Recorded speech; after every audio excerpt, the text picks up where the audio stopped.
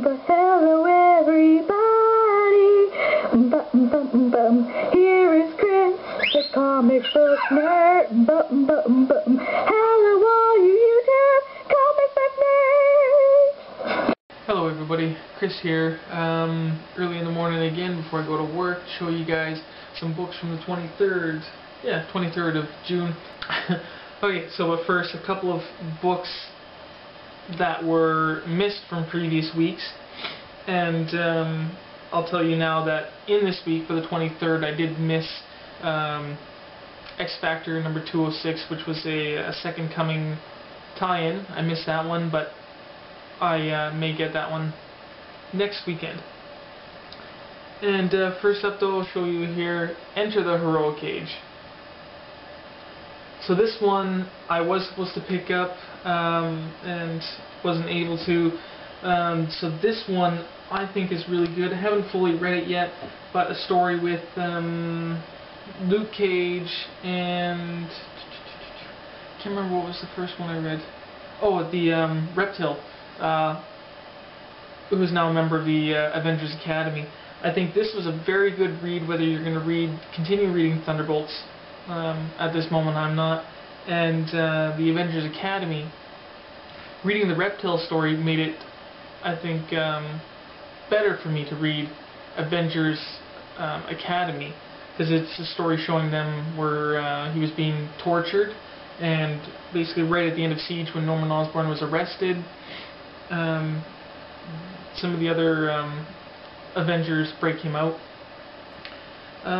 Second Coming Blind Science, and I believe this one shot, it's supposed to take place where, you know, their science gang, the X-Men science gang, is out on this oil rig, and they had a mission, something for the X-Men, I can't quite remember, but they don't show everything in the X-Men books what happened specifically with them and how they got the job done.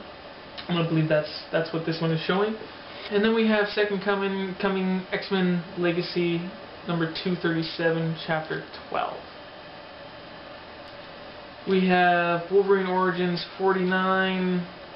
Not so impressed with this one right now. It wasn't all that good. Wolverine's birthday, and Nick goes to visit him. Iron Man Legacy, good cover there, but this series right now is not really catching my attention, not really enjoying it, and if it doesn't catch me soon, really, I'm going to end that title. We have Amazing Spider-Man 635 Grim Hunt Part 2, and the first part of Grim Hunt was a little confusing and a little boring for me. This one I'm excited just to read Stan Lee's little stories. It's called Spidey Sundays by Stan Lee and Marcus Martin. That one be a little exciting. Wolverine Weapon X 12. That one should be a good one. And the two that I was most excited to read this week, and we'll start with this one, The Heroic Age Avengers number 2. That one was very nice, very nice. I like this one. John Romita, Junior Art. Yeah, Bendis writing. I thought it was good, continuing them where they're trying to get to the future, and so Wolverine says he got a friend who could help. They go to Novar, who was part of the Dark Avengers and got out just in time because he realized what was happening, and he had become the Protector. And I believe in one of the other a one-shot issue somewhere they showed him becoming the Protector. And so while they're trying to get to the future with Novar's help, then Wonder Man busts in and has a little fight with them, telling them that I told Steve Rogers that if he tried to form the Avengers again, I'd come for them.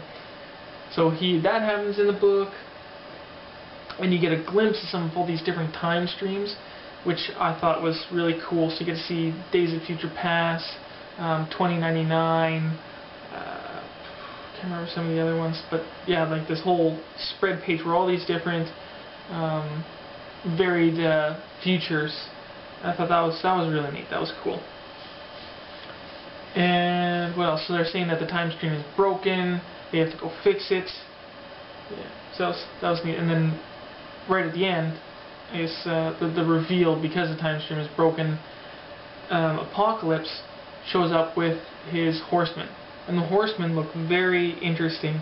One that kind of looks like, well, they all look like they're kind of molded into these horses that they're riding, and one kind of looks like Hulk, one looks like Spider-Man. I can't remember what the other ones look like. I think there was a girl one, I'm not sure. But yeah, the very interesting horsemen that they had. And here we go. So that one was good. Definitely, I'm loving the Avengers. Gotta be reading the Avengers right now. We have World War Hulk's Hulk 23. Who is the Red Hulk? Well, we already know who the Red Hulk is. So, you know, what's with that, you know, subtitle there? The cover, it's okay. You know, I mean, looking down on the Hulk. I wanted to try to pick up the variant cover, which I thought was much better than this one. But here we have a superstar team of artists and, you know, guest artists. So, of course, Loeb's writing. We have Ed McGuinness, who's been working on the title for quite a while. We also have Sal Buscema, Ian Churchill, Mike Deoda, Dale Keown, Canadian, John Romita Jr., Tim Sale, Herb Trimpe, and Lena Liu. So a really good cast. And this one is going through some of the past of Thunderbolt Ross's past, some of his motivations, and explains a lot of things to tie up some of the loose ends and some of the continuity issues some people may have had. I was hoping that they were going to talk about why the heck Ross has his mustache and the Red Hulk doesn't, so I thought that was kind of funny. But I think I may have called it in one of my previous videos where they were going to explain how at one time in very early issues how Thunderbolt Ross and the Red Hulk were face to face, and that was explained by an LMD, and that's what I was guessing even before this issue came out, that's the only way. And then I was guessing before about the mustache because it was at some point part of a cosmic radiation with the gamma radiation that explains the loss of the mustache, just like with the Hulk Out Heroes, how their outer form looks very different, and like Thor grows this lightning beard, and very different outward appearance. So I'm hoping that's what it's really going to be, and that eventually they explain that. But yeah, they go through his motivations, how he's been manipulated by MODOK to do some of the recent things that he has in the past, how he's secretly coveted the power of the Hulk, and that's why he's done what he's done. And yeah, they just explain kind of really everything. So I think this one's a good book for explaining it, and hopefully nobody else sees any other continuity errors that that might be. So I don't know. I think this is a good pickup. I think it explains some things for me, and hopefully it gets a lot of people not to be so mad at Loeb for his writing anymore. But there's still a few other things that he needs to probably tie up, I think, like the mustache. So, you know, it's a good book. I've been really enjoying the Hulk. That's about that. It's been enjoyable, and just gotta take it for what it is and have fun with this title, because Loeb does have a lot of some crazy stuff happening, and it's been a lot of back and forth stuff, and hiding a lot of stuff from the readers, but the characters actually know them, so you're feeling you're on the outside a bit, but it's still a pretty good read.